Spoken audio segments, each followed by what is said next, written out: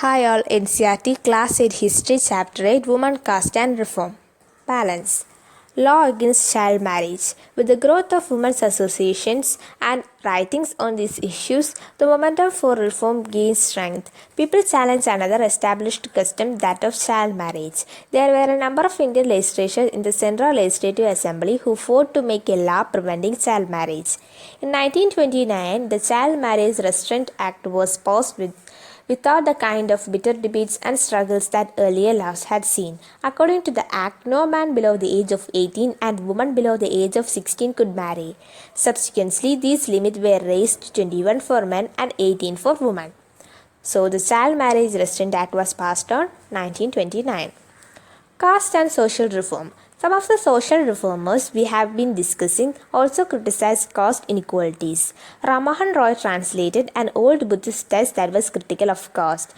The Prarthana Samaj adhered to the tradition of Bhakti that believed in spiritual equality of all caste. In Bombay, the Paramahans Mandali was founded in 1840 to work for the abolishment of caste. Many of these reformers and members of the Reform Association were people of upper caste.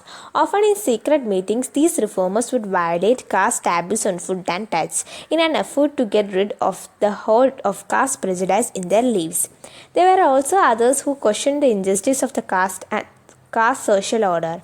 During the course of the 19th century, Christian missionaries began setting up schools for tribal groups and lower caste children. These children were thus equipped with some resources to make their way into a changing world. At the same time, the poor began leaving their villages to look for jobs that were opened up in the cities. They were work in the factories that were coming up and jobs in municipalities.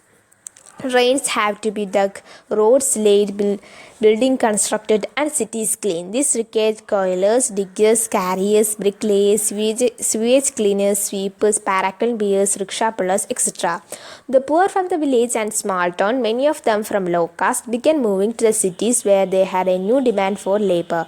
Some of them also went for work in plantation in Assam, Mauritius, Indonesia, etc.